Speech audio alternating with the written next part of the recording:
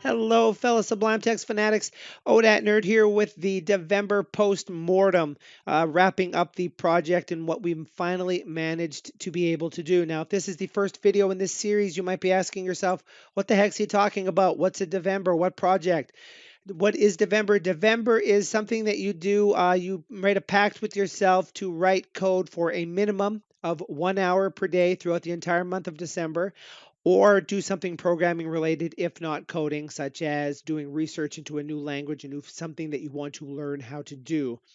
At the end of the day, any code that you might have produced, you make publicly available and share with others, and write a public devlog explaining what it is you did and what you learned from the process. Now, the point of this is several fold.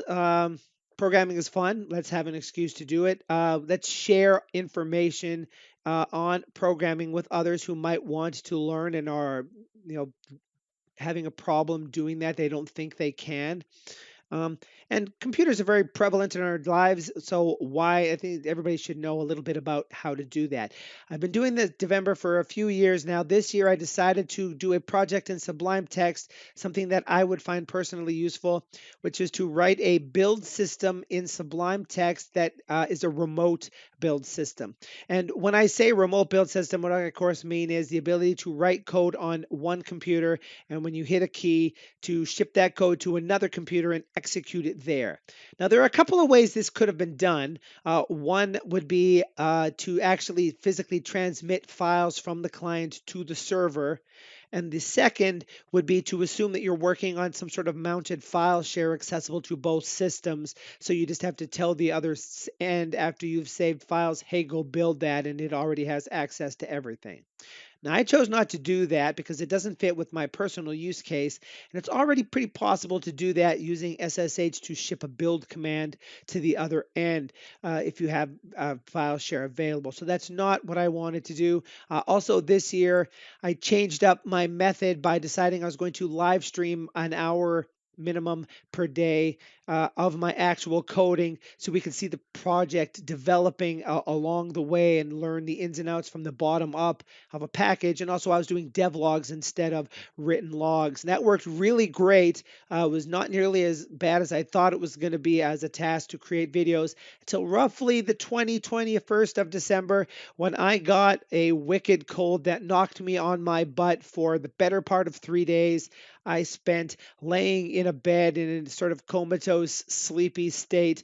After that, I was feeling a lot better, but I lost my voice. I don't know if you can tell. I'm still very sort of hoarse and scratchy, but for a long while, I could not, even though I felt like I was talking at normal volume, it was just a whisper. And I think I did one more devlog after I got sick, and I had to boost the volume level by about 250% to bring it anywhere near the range that we're used to hearing out of these videos. So I did not do that again. Of course, I couldn't do live streams either.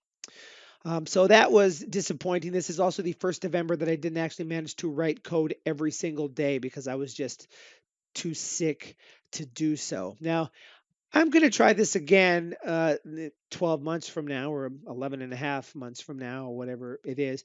11 months, I guess, or less. But this time I'm going to set up an area on my blog and post the videos there as well as to YouTube so that if I do get sick again, I can at least write textual blog posts, which is not something I was capable of doing this time. I just did not have the wherewithal to try to set that up after the fact. Is something you really need to set up first. All that said, we did on December 31st end up with a working prototype of this project that shows that the method that we wanted to use to do it does indeed work. And let's just go ahead and drop into Sublime and see a little demonstration of that happening. So let's start by doing a simple demonstration of the prototype as it currently stands. So as we see here in this window, I have a very simple project set up, a .NET Core program. This is basically just the console template. I've added an extra write line in here that goes to standard error. So we have one line to standard output, one line to standard error. So we can verify that the server is capable of sending both of those things. I'm going to try to build the code. And the first thing we see is that I get prompted, because there is not currently a connection, to select what host I want to connect to. The first line in each of these is a human readable term. And the second line is showing you a URL of that specifies basically where it's going to connect, the username, password, if any, the host name, and the port. So this one that it's currently on, test server, that's localhost, that's on this Linux box right here. And Zoom is my Windows computer, is sitting in the other room running the build server. It does not have a password configured. As you can see, there's no asterisk there. So I'm going to choose that one just for demonstration purposes and type in a random secure password, not the correct password, and hit enter. And this build panel pops up. I've added some very simple and crude color syntax highlighting here just to make this easier to read during debugging. And we can see the status of the operation. It tried to connect. It successfully connected. The server rejected our username and password. Our login was denied. It closed the connection on us. So we still have no connection. So I'm going to go ahead and clear that build output and run the command again, picking the same one, but this time I'm going to enter the correct password, for which I have set the super secure password of password. And when I hit the key, now we see more things happening. We can see it connecting, successfully connected. Now it is actually telling me that it has accepted my login, and it knows I am the user T Martin from a Linux box whose host name is dart.powertrader.com. As a result of that, we are sending the build request to the server and telling it we want to set a build with this unique ID. This is used by the server to identify this particular project.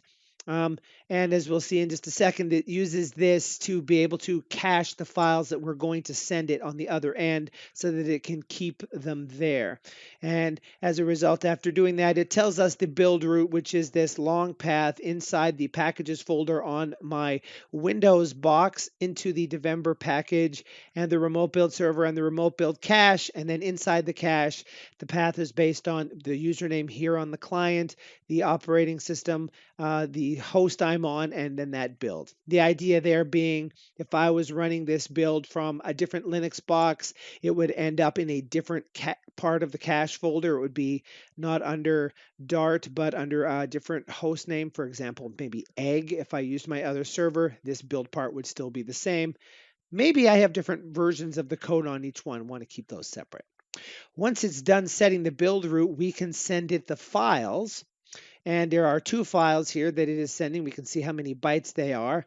Once all files have been transmitted, we can start the build. So we tell the server to execute the command .NET run in the working dir test project, which is actually stored inside of this because that's what this folder is.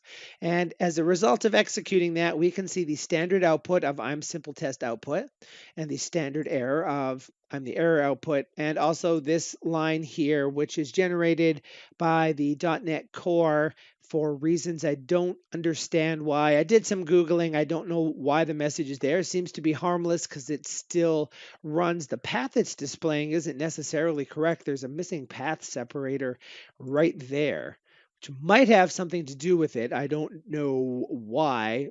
But nevertheless, and it exited with return code 0. Now, we can, of course, maybe change this code like so that it is now broken. And just for clarity's sake, I'm going to clear the build output again and run the build. And this time, because there's already a connection, it doesn't need to ask us. It just uses the existing connection, follows the same steps that it did before to execute the program after transmitting the new files. But now there's a problem because in line 10, column 60, there's a semicolon expected, which, as we can see, is this position here. It has noted this is a problem. The build failed. Please fix errors and run again. That's something .NET Core says. And we finished with exit code 1. So that proves that we can receive standard output and standard error, separate the two of them, and capture the error code. Now, this code, of course, as I mentioned, is not production quality. The password is transmitted in plain text. The connection is not secured in any way. It's just an open socket connection.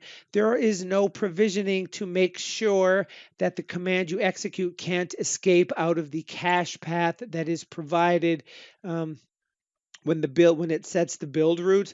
to maybe go down through the cache directory and up into another directory.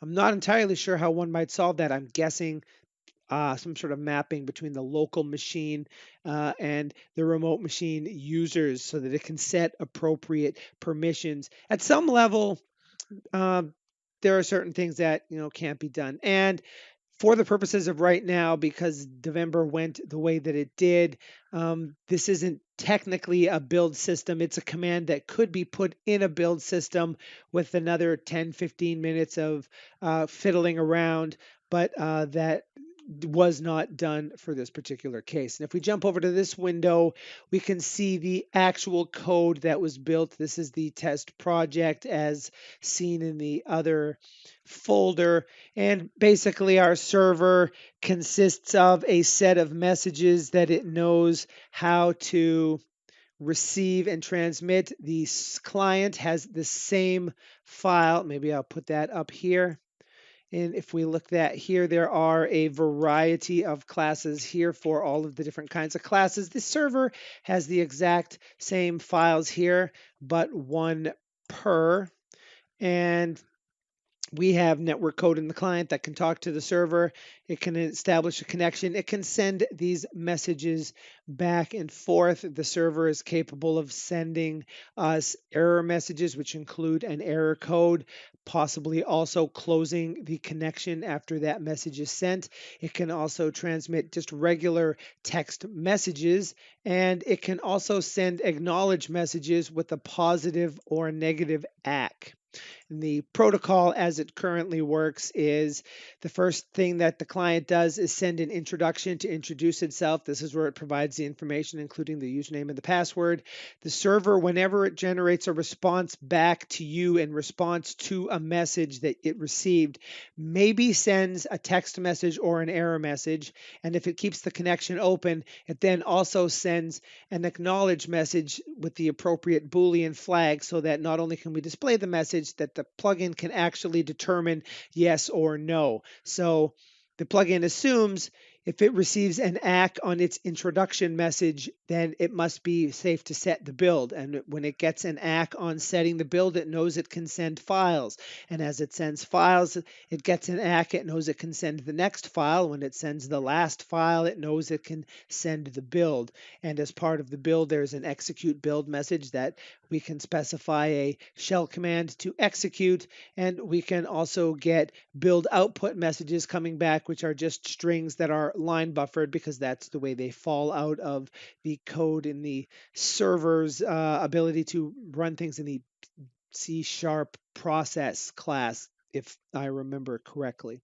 So there is a lot of rough edges on this. And if we were to proceed with this project, and I do plan on proceeding with this project, lot of work still to be done before this is considered releasable. But as a Devember project, it seems to have worked quite well. And I'm pleased with the progress that I was capable of making throughout Devember, despite the health hits that I took. And so there we have it. That's actually working. Now, there are quite a few features that this does not do that we did actually lay the groundwork for, but that losing time thing really sort of kiboshed it.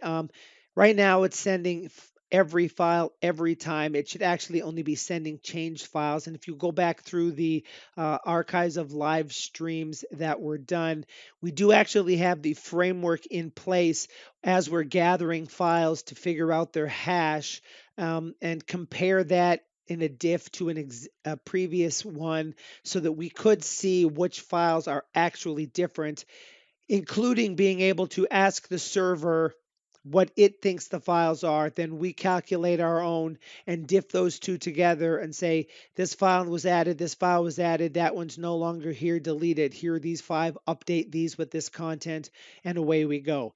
We do have the core work done to do that, just ran out of time. Also, our message transmissions are one full message loaded into memory, put in the queue, shipped to the other side, decoded into memory on the server. That means that for file transfers, a really big file has to allocate a large amount of RAM, which is a definite no-no. I do actually have a design idea, which I thought of even during the middle of Devember, but it was after the point where I got sick, whereby a message could spool itself, if you will, and its decode or its encode method, I should say, when return data would return a flag saying, keep calling me, there's more data. And then we could buffer the file into memory and send it in chunks to the other end in a more controlled manner and decode it in the same way. But it was sort of a complicated thing to do, and I was still kind of sick and a little logy. In any case, I'm very happy with how this project turned out, considering being sick. And I don't know if you can hear my voice is still does not sound right, even to myself. But as a Devember project, I'm quite pleased with the results that we managed to come up with here. So look forward in upcoming maybe a week, maybe 2 weeks. I want to get my voice better first to be able to create videos and go back to regular live streaming again. We'll maybe work on a rebuild of this package along with all of the other stuff that we're doing. Um, who can say it is a brand new year and it is time to get cracking on having a sublime day? That's my way of saying that this devlog is over now because I really have to cough and I need a drink of water from the cup over there.